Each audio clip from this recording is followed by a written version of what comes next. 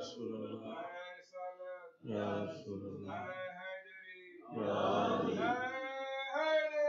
يا علي اللهم صل على محمد. رحم الله من يقرأ الفاتحة.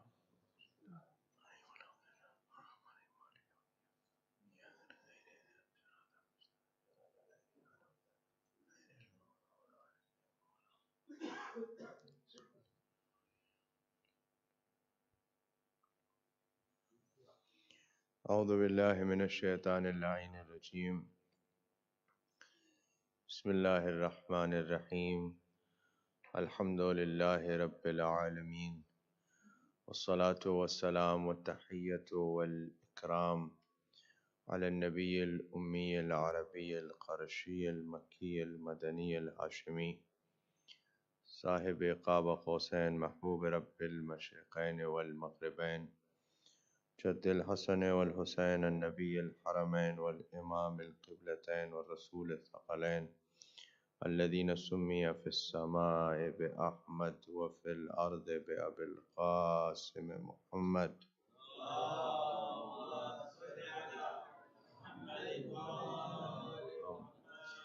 وعلى أهل بيته الطيبين الطاهرين المعصومين المظلومين المنتخبين المنتجبين، لا سيما بقية الله في الأرضين، روح وأرواح العالمين، لتراب مقدمه الفداء واللعنة الدائمة الباقية على أعدائهم ومنكر فضائلهم وغاصب حقوقهم أجمعين، من يوم عداوتهم إلى قيام يوم الدين. أما بعد،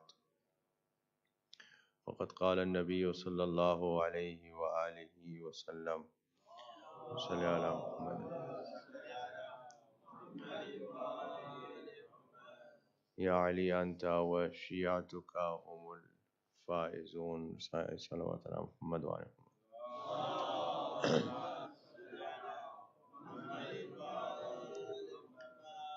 In honor of Imam Amir al-Mu'minin alayhi salam, recite another salawat ala Muhammad wa ala Muhammad.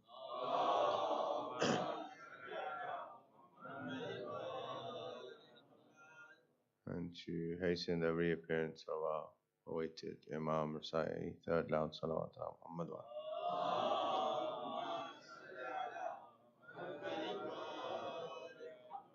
Muhammad. Yesterday we reached to, or we left off at this point,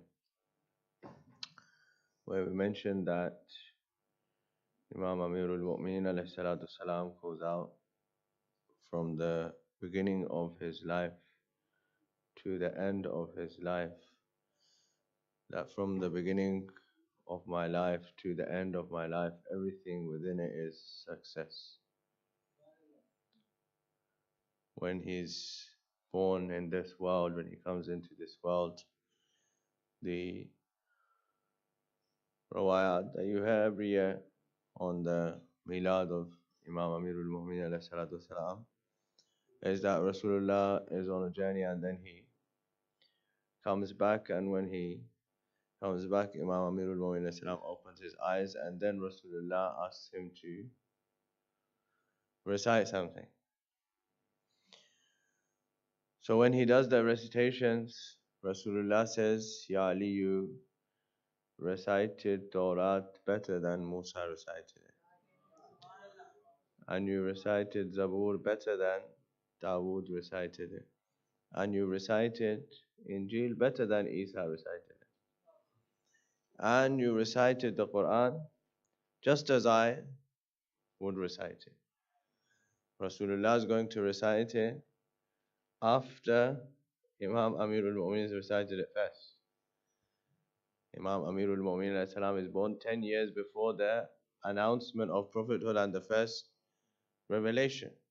And Imam Amir al-Mu'minin recites it first, and at that recitation, Rasulullah says, Ya Ali, you recited it just as I would have recited it. What does he recite? That's the topic for today, inshallah. Recite Salawat ala Muhammad wa ala Muhammad.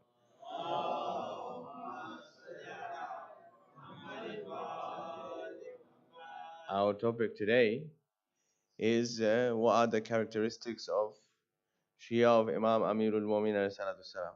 And Imam Amirul Mu'minin alayhi salam, after word of the Holy Quran, recites Suratul Mu'minun. And perhaps it is also appropriate and fitting for Amirul Mu'minin to tell us what are the characteristics of Mu'min. What are the requirements for a person to be a believer. Salawat ala Muhammad wa ala Muhammad.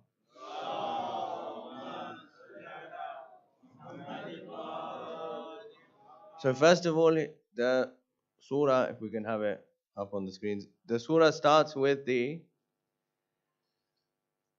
promise.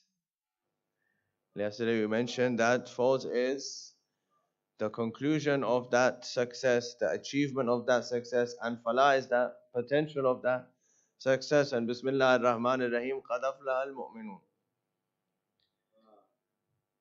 The believers will be success. This is predetermined. Condition is Iman.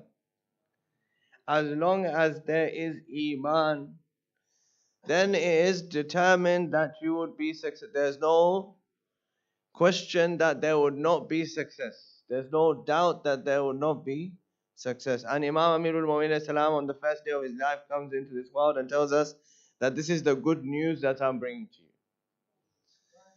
This is the good. You have to believe and do all the other things which are mentioned in the surah. We'll go through them one by one, inshallah, if Allah gives us tawfiq. And once you've done them, then qad aflaha al-mu'minun. There's no doubt, there's certainty. This is decided that believers will be successful. And we already mentioned that there's nothing in this life that a person wants more than being successful. They would sacrifice everything that they have in their life, whether it's health or wealth or anything else, in order to achieve success. And here Allah subhanahu wa ta'ala, who knows best, why is it that Allah subhanahu wa ta'ala said they are successful rather than anything else?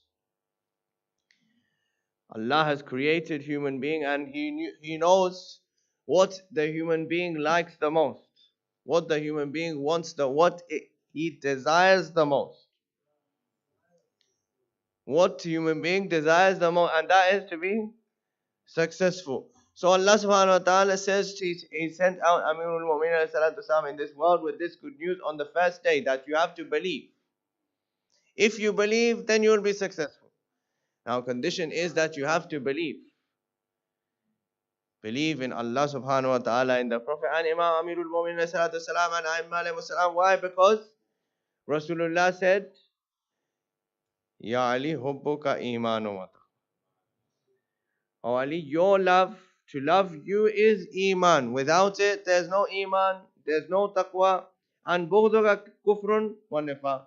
And whoever has hatred towards you, even if, we have this hadith from Rasulullah, Ibn Abbas narrates. He says, O Ibn Abbas, if a person prays all day and prays all night and fasts all day and does Hajj and is killed between Rukn and Maqam as Shaheed, but he doesn't have love for Ali alayhi salam in his heart, he will not get salvation. Even if he prays and fasts and gives charity, another narration gives charity for the amount of the mountain of Uhud, and then is killed between Rukn and Maqam whilst doing Hajj, he will still not get salvation if he doesn't have love for Ali in his heart. So this is the first condition. The first thing is to have Iman, to have love for Imam Amirul Mu'minin alayhi salatu wasalam. And then, Allahumma salli ala Muhammad wa ala. So this is important. In this time, like we mentioned, in this time, there's lots of challenges from all kinds of people regarding our beliefs. From external enemies and from internal enemies as well. And so, this is the most important thing, the most important message. That you have to protect your Iman, your faith, from the external enemies and from the internal enemies. Because this is what is going to give me salvation, success in this life and in the next life. Everything else is dependent on having this Iman. Now this Iman has some conditions, as we mentioned, and inshallah ta'ala we'll mention tomorrow in more detail. But as we mentioned, that Iman has some conditions attached to it. It has some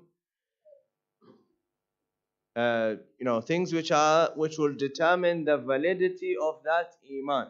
And so that is why Allah subhanahu wa ta'ala speaks about Iman and Amal Salihat. Inshallah tomorrow we'll mention that in detail. But just as this initial point, that Iman with itself is not sufficient for me to say that I'm a believer. In fact, there's no lutf in this either. The lutf is in when Imam Amirul Mu'mineen alayhi salam says he is my follower.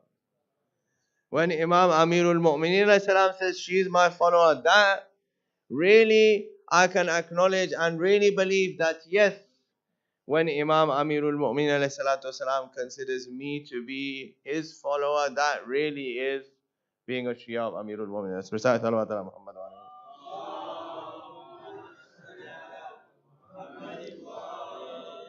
So what's the first condition? Can we have the next ayat please up on the screen? What's the first condition of this Iman? الَّذِينَ هُمْ فِي صَلَاتِهِمْ خَاشِعُونَ. It doesn't say those who pray. Praying is an obligation on all the Muslims. As soon as you became a Muslim, as soon as you accepted Islam, prayer is an obligation. It has to be established. But for a believer is perfecting the quality of that prayer. الَّذِينَ هُمْ فِي صَلَاتِهِمْ خَاشِعُونَ. Who have perfected their prayer to a state that when they are praying, they are truly connected to Allah subhanahu wa ta'ala. They are in a state where they don't know what's happening anywhere else. And that is not just a claim or a statement or a demand, but we have a practical example of that as well.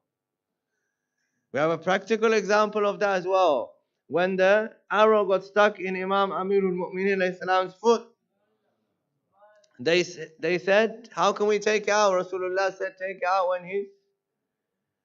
when he's in prayer. And when they took it out, he said, I didn't even feel the arrow being taken out, even though when outside of the prayer they were trying to take it out, it was very painful. الَّذِينَ هُمْ فِي صَلَاتِهِمْ خَاشِعُونَ. When you're in prayer at that level of prayer, that you have no other distraction from anything or anyone else as a connection with Allah subhanahu wa ta'ala. If a person achieves that kind of believer is successful.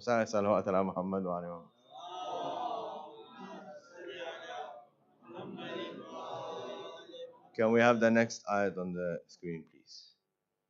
Now, this is very important, especially in every time, but particularly in our time. وَالَّذِينَ هُمْ عَنِ اللَّغْوِ مُعْرِضُونَ. Very important. Why? It says that if we translate it here as vain talk, but if we translate it to the language that we use, that means they don't speak nonsense. They keep away, they protect themselves from nonsense, from lie, from anything which is evil that comes out from their tongue. Regarding this, we have many narrations. You know them in Nahj al-Balagha. We have a narration from Imam alayhi salatu wasalam where he says that tongue is a beast. Tongue is a beast. If you let it loose, then it will devour you or destroy you. We have another narration which is a symbolic narration, very beautiful narration. Recite salawat ala Muhammad wa alayhi.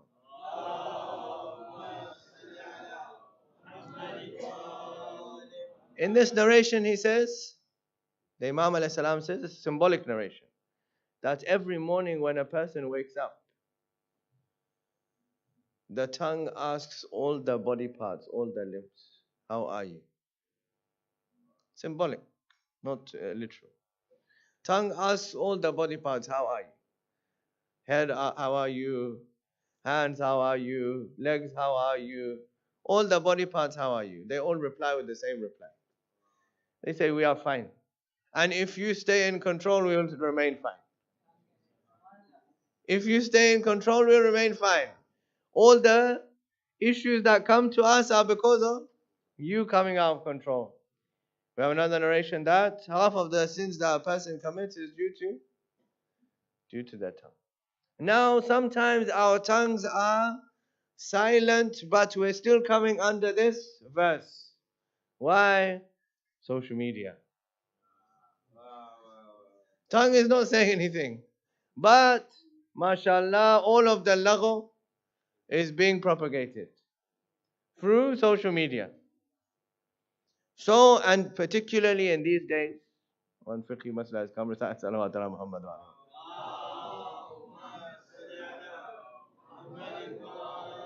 Particularly in these days, in any time, in any case, we should be careful of this, but particularly in these days. Why?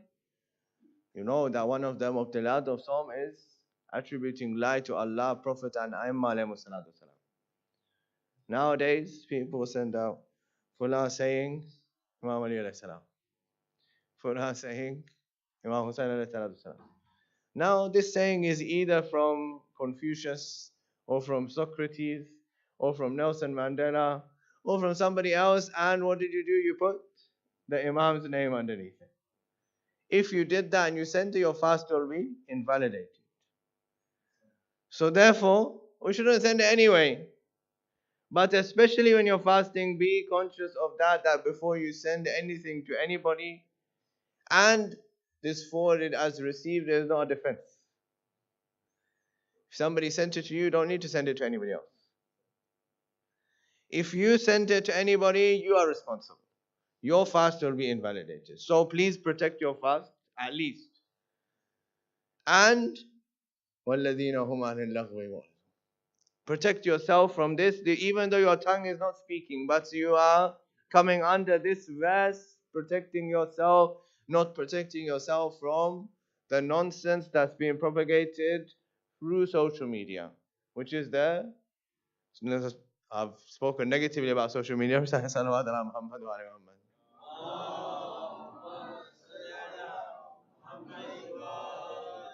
Social media is a tool. It's like a knife. You can use it to do positive things, or you can use it to do negative. Unfortunately, most of the time it's being used to do negative things. But that is not the fault of social media. That is the fault of those who are using the social media. But one has to be conscious of this if one wants to be amongst those who are believers and get success in this life and the hereafter.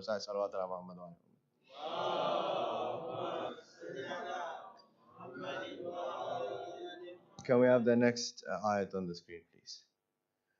والذين هم للزكاة فاعلون. Now you know we got a bit of distance between salat and zakat in this case, but otherwise in Holy Quran, wherever salat is mentioned, zakat is always mentioned straight away. There's another reason why that's the case.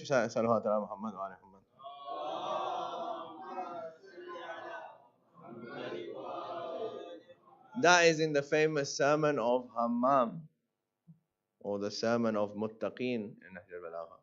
Imam Amirul Mu'minin when he's asked by Hammam to tell him about the Muttaqeen, Imam also starts by talking about the Muttaqeen, not about prayer or fasting or Hajj or Zakat or Khums, any of these things. He says those who are Muttaqi are those who speak what is appropriate. That is the first condition of Muttaqi according to Imam alayhi. They speak what, not that they say silent, no, they speak. Wherever they need to speak, they speak. But they don't speak out of turn, they don't speak unnecessarily. Whatever they speak, whatever they say is in accordance with what needs to be said. So therefore Quran, and this is based on the tartib or the order that Holy Quran is mentioned. Now Allah subhanahu wa ta'ala said for zakat, والذين هم للزكاة فاعلون. These people whom they are humble when it comes to their prayers. They connect with Allah subhanahu wa ta'ala when it comes to their prayers. Then they speak only that which is necessary, and they save themselves from nonsense and wrong things. Then they do zakat. Now, as far as all the other believers are concerned, when they pray, they pray. And when they give zakat, they give zakat. But there's only one individual who gives zakat whilst he's in prayer. والذين الذين يقيمون الصلاة ويؤتون الزكاة وهم راكعون. During the prayer he gives zakat. Now this is why Allah subhanahu wa ta'ala mentioned this humility, humbleness, khashyat in their prayers. Why? Because somebody would come and object and say that how did he give zakat in his prayer? This prayer, the khashyat of the prayer is in question. One scholar of, I don't mention his name,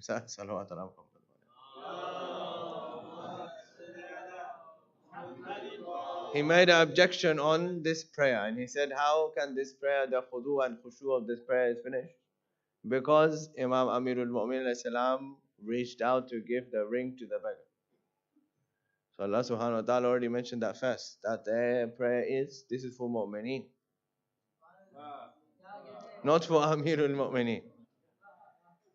And for Amirul Mu'minin salam, and they said, so objection was that the khudu and khushu of the prayer, so this has to be answered. So our first answer is that for the person who you're saying, you're claiming that the khudu and khushu of this prayer is removed, for that prayer Allah subhanahu wa ta'ala sent the ayat. For that prayer, the one in which khudu and khushu according to you was not there, Allah subhanahu wa ta'ala sent the ayat.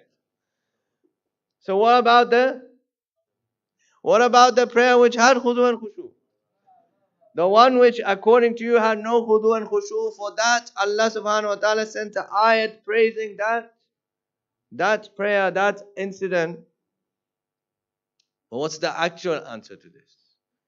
We ask Rasulullah, Ya Rasulullah, you have to solve this matter for us. How can we know that the khudu and khushu of the prayer was not affected whilst giving zakat? Very important. So Rasulullah will say, didn't you notice that when the beggar came in and he asked, Imam Amirul Mu'mineen didn't reply to him in the first instance. Then he didn't reply to him in the second instance. Then he replied to him in the third instance. Now, if he heard him in the first instance,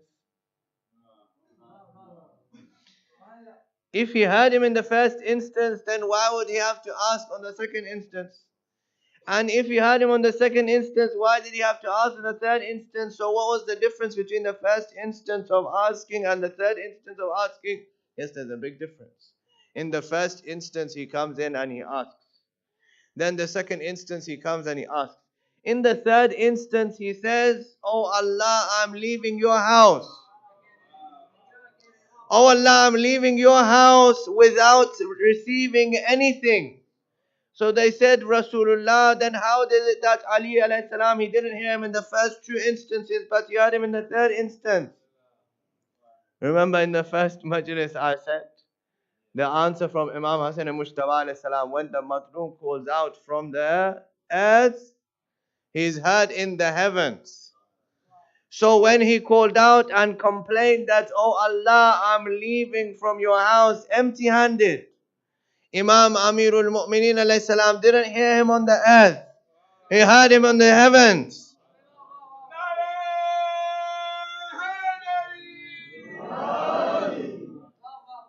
Therefore, khudu of prayer is not affected. Recite salawat ala Muhammad wa ala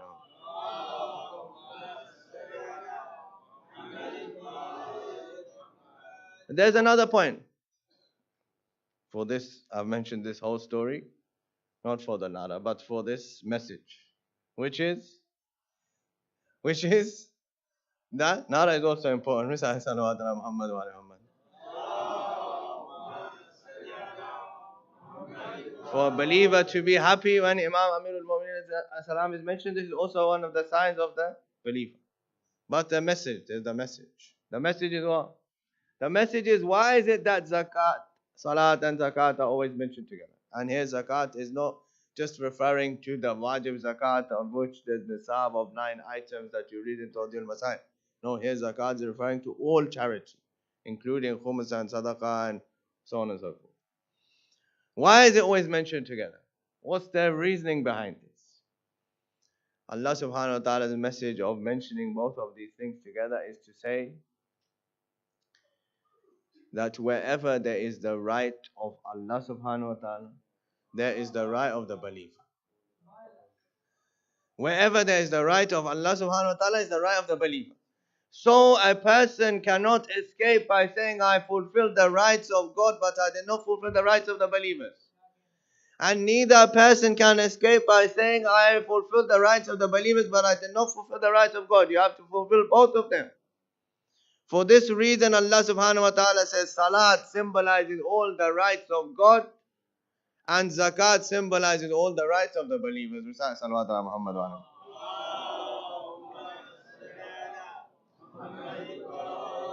Can we have the next ayat on the screen, please? Now this one is very important, particularly in our society. والذين هم لفروجهم حافظون. Why? Because in this society that we're living in, it's very easy for a person to leave it unprotected, not guard themselves, and to go towards haram. If for example, a person is living in a society where it's frowned upon to do something haram, then even that person, not due to Shariat, but due to the pressure of the society, will not do something haram.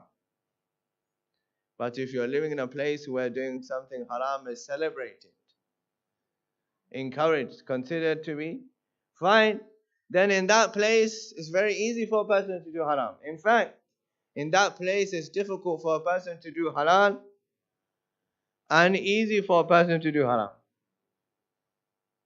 And for that we are all partially responsible. Why is it that we made doing something halal so difficult? Why did we make doing something halal difficult? If we made doing something halal difficult, then the person will go towards haram. If haram is easy and halal is difficult, I will do that which is easy. I will not do that which is difficult. So therefore, but in any case, if a person is a believer, the requirement, the demand is higher. They have to protect themselves, but they also have to fulfill. Can we have the next ayat, please? So Allah subhanahu wa ta'ala says, yes, we've made it easy for you. We made it easy for you. You made it difficult for yourself. Can we have the next ayat, please? Now, ayat number 6, please. We have made it easy for you. You have made it difficult for yourself. Illa, except for your wives. We've made this easy for you. Imam alayhi salam in his sermon of nikah for himself in the court of Ma'mun, Imam Jawad alayhi salatu salam.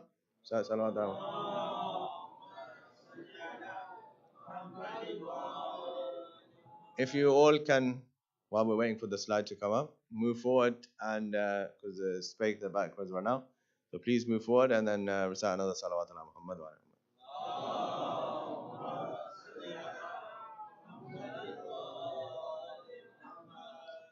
اللهم صل على وسلم.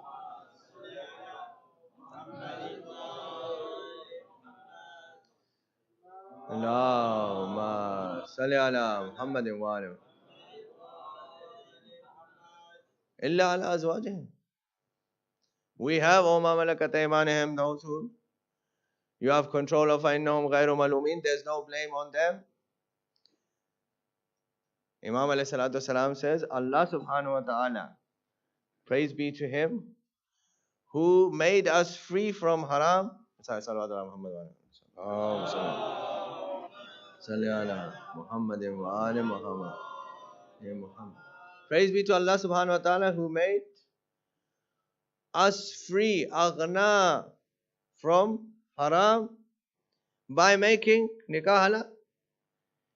If marriage was not there, everybody would be in haram. But Allah subhanahu wa ta'ala saved us. He made us ghani from haram by making nikah, marriage, to be halal. So Imam alayhi salatu wasalam is saying, the ayat is saying that we have to protect ourselves except for that which we have made halal. Similar to eating and drinking. That Allah subhanahu wa ta'ala says that we have made food halal for you. And you have to stay away from that which is haram. So similarly, this is a desire needs to be fulfilled.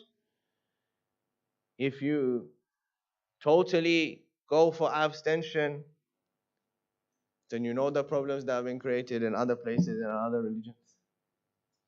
Why? Because this desire exists. Allah subhanahu wa ta'ala has created a human being with this desire, but it has to be fulfilled in the correct halal way. So we have to make the halal way easy so that the haram way does not remain attractive. Right now the haram way is attractive, is celebrated, is considered easy, is considered fine. Why? Because the halal way was made so difficult. Why? Somebody wants to get married, they say to him, first the long list of demand. This is what you have to have. And if you don't have that, then Khuda Hafiz. So now, this act, holy act from Allah subhanahu wa ta'ala, commanded from Allah subhanahu wa ta'ala, is made difficult. So this young person says, on the minbar you tell us, an-nikahu min sunnati, faman raghiba an sunnati, falaysa minni. But when we go there to get married, it's impossible. So what shall we do?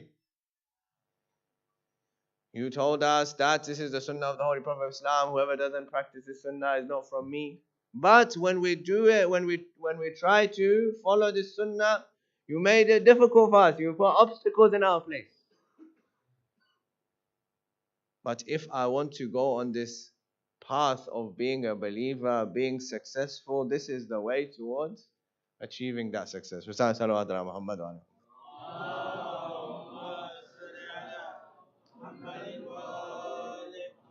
Can we have the next ayat, please? فَمَنِ ابْتَغَى وَرَاءَ ذَلِكَ فَأُولَٰئِكَ هُمُ الْعَادُونَ. And this is very severe, that Allah subhanahu wa ta'ala says, we have made this way, this path of marriage to fulfill your halal desires. But whoever seeks any other way, ابْتِغَى وَرَاءَ ذَلِكَ, beyond that, goes towards haram, أُولَٰئِكَ هُمُ الْعَادُونَ. They are the enemies of God and the Prophet and Imam. So this is not something that we take lightly. No, it's something severe. That if we are making it difficult, then we are responsible for people becoming enemies of God and the Prophet and Imam, because we made something which is halal, which is being encouraged by Allah and the Prophet and the Imam to be difficult. And it's a responsibility for us to make it easy. If it has become difficult, we have to work on how can we make this easy as well.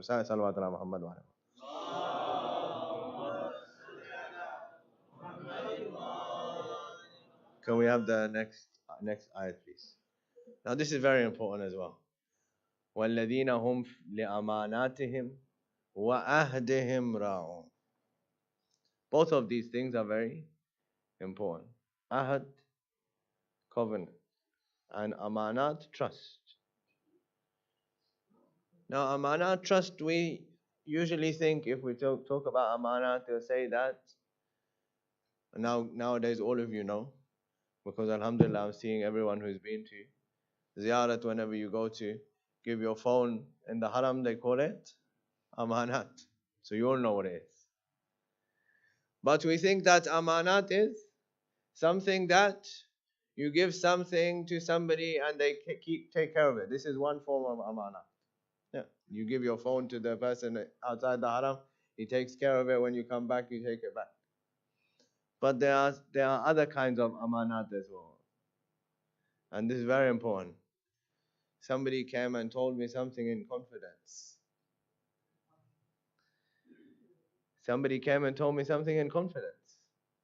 That he has a problem, he has an issue, he needs something resolved.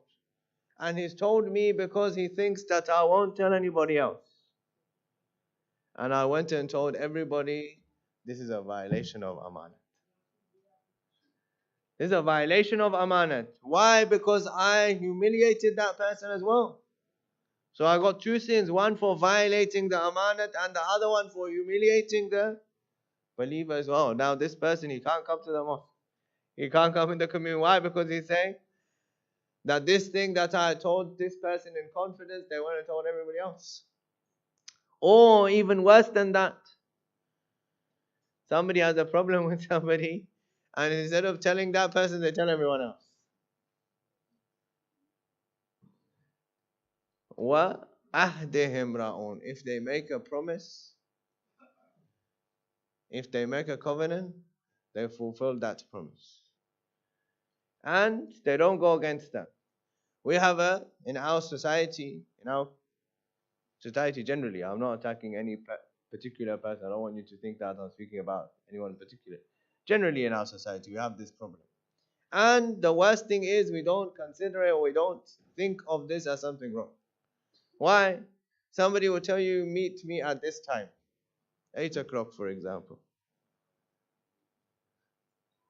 He will phone you 8 o'clock, where are you? And you are sitting at home. You say, I'm on the way. I'm going to reach.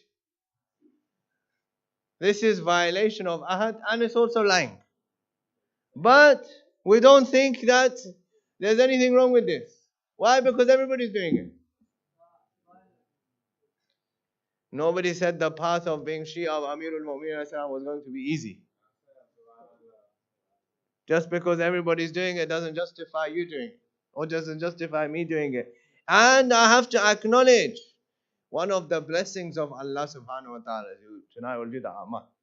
One of the blessings of Allah subhanahu wa ta'ala is for a person, if they've done something wrong, for them to know that this thing that I've done is wrong.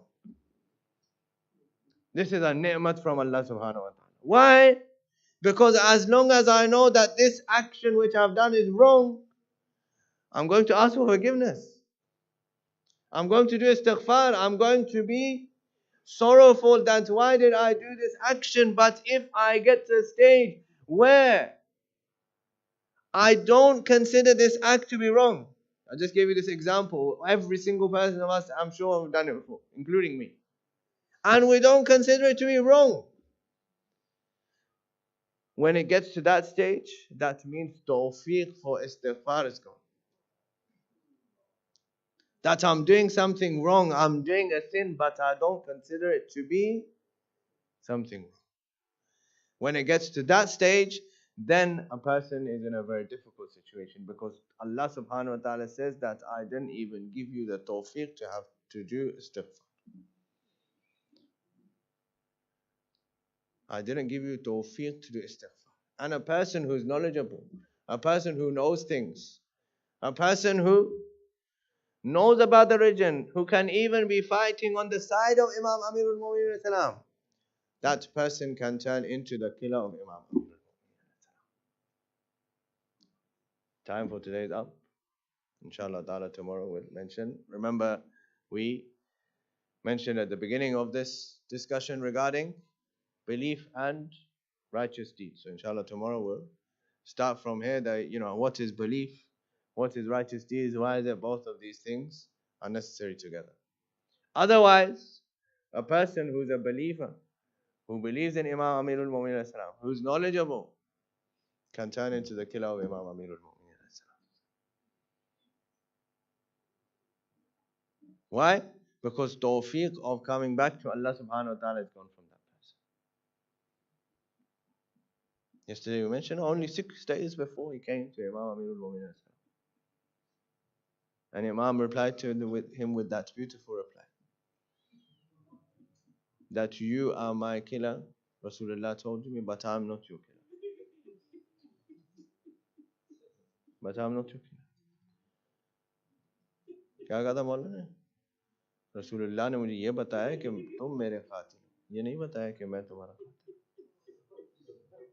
खुदा की कसम अली के अलावा कोई कह नहीं सकता। मैं साहब को यहाँ पे रोका था कि हुज़ैफा यमान बिस्तर पे जाके लेटे थे, बिस्तर पे लेटे थे कि उतनी देर में सब कुछ हो गया। اتنی دیر میں سب کچھ ہو گیا. اٹھتا ہوا سر، گرتی ہوئی تلوار. ادھر جبریل نے صدا دی، تہدمت واللہ ارکان الہدی، ہدایت کے ستون گر گئے. تصور شرط ہے، صرف آنکھیں بند کیجئے، مسجد کوفہ میں کھڑے ہوئیے، جو بھی آپ لوگ زیارتوں سے مشرف ہو چکے، تصور شرط ہے صرف. جبریل نے صدا دی، رکن ہدایت گر گئے. قتل ابن ام المصطفیٰ، مصطفیٰ کا بھائی مارا گیا. قتل وسیع المجتبی،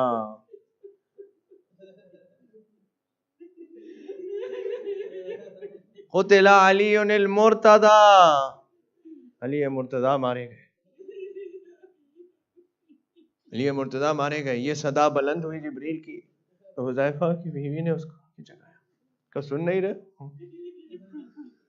کہ سن نہیں رہے ہو؟ آرام سے بستر پہ سو رہے ہو. بیدار ہوئے. حذیفہ بھاگتے ہوئے گھر سے مسجد کی طرف آئے. دیکھا سب لوگ تو مسجد میں جا رہے ہیں، ایک آدمی مسجد کی مخالف سمت میں آ رہا ہے.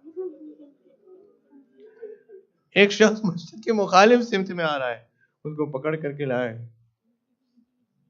پکڑ کر کے لایا گیا مسجد میں. علی علیہ السلام کو ضربت وہاں پر لگی ہے جہاں عمرو بن عبد ود نے ضرب لگائی تھی. ضربت تو گردن پہ لگا رہا تھا، سر میں شگافت. اجرکم اللہ، اللہ آپ کو کسی غم میں نہ لائے سوائے غم اہل بیت. علی کو لائے، علی کے سامنے لایا گیا. اس کو رسیوں میں باندھا ہوا ہے. مولا نے کہا کہ اس کی رسیاں کھول دو، قربان جائیے ایسے امام کے اوپر. اس کی رسیاں کھول دو. کب پیاسا لگتا ہے وہ دودھ جو اس دن کا بچا ہوا ہے لے آؤ. پھر مولا نے کہا کیا میں نے کوئی ظلم کیا؟ کیا میں برا امام تھا؟ کیا میں برا امام تھا؟ اجرکم اللہ. وصیتیں فرمائی، مشہور ہے. آخر میں کیا فرمایا؟ کہا اس نے مجھے ایک ضرب لگائی تو اس کو ایک ضرب لگانا، اور ہاتھ پاؤں نہ کاٹنا، کیونکہ میں نے اپنے بھائی رسول اللہ سے سنا ہے کہ ہاتھ پاؤں نہ کاٹنا چاہے سڑا ہوا کتا ہی کیوں نہ ہو. اجرکم اللہ، اللہ آپ کو کسی غم میں نہ رلائے سوائے غم اہل بیت. 19 کا دن گزر گیا. 19 کا دن گزر گیا. 20 کا دن بھی گزر گیا. 20 کے دن علی بہت زیادہ اذیت میں ہے، تکلیف میں. سارے صحابیوں کو بھیج دیا. اسبغ ابن نباتہ خود روایت کرتے ہیں، میں دروازے پہ بیٹھ گیا. حسن مجتبی باہر آئے. کہا بابا نے کہا سب لوگ چلے جاؤ. اسبغ کہنے لگے میرا دل نہیں کرتا کہ میں اپنے مولا کو ایسی حالت میں چھوڑ کے چلا جاؤں. گھر میں تشریف لائے، باتیں ہوئی، باہر نکلے. کسی نے پوچھا علی کی کیا حالت ہے؟ اسبغ نے جواب دیا کہ میرے مولا کے سر پہ زرد پٹی بندھی ہوئی ہے، اور یہ کہنا مشکل ہے کہ پٹی زیادہ زرد ہے، پٹی زیادہ یلو ہے، یا مولا کا چہرہ زیادہ زرد ہے. زہر کا اثر پورے جسم میں پھیل چکا ہے. اجرکم اللہ. بس عزیز و مجلس تمام کر دی، بس بات تمام کر دی. علی 21 ماہ رمضان مبارک کے دن دنیا سے چلے گئے. 21 ماہ رمضان مبارک کے دن دنیا سے چلے گئے. وصیتیں فرما چکے، کہہ چکے. نماز کی وصیت کرتا ہوں، حج کی وصیت کرتا ہوں، یتیموں کے متعلق وصیت کرتا ہوں. پھر آخر میں کیا کہا؟ کہنے لگا میرا جنازہ آگے سے نہیں اٹھانا، حسن حسین بس پیچھے سے اٹھانا. آگے سے جبرائیل اور میکائیل جنازہ اٹھائیں گے، اور کیوں نہ اٹھاتے. بس عزیزو اٹھ کھڑے ہوئیے.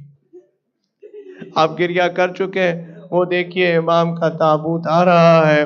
اٹھ کھڑے ہوئیے، رسول اللہ کو پرسہ دینا ہے، شہزادی کو پرسہ دینا ہے، حسنین کو پرسہ دینا ہے، سارے شیعوں کو پرسہ دینا ہے. آج ساری امت یتیم ہو گئی.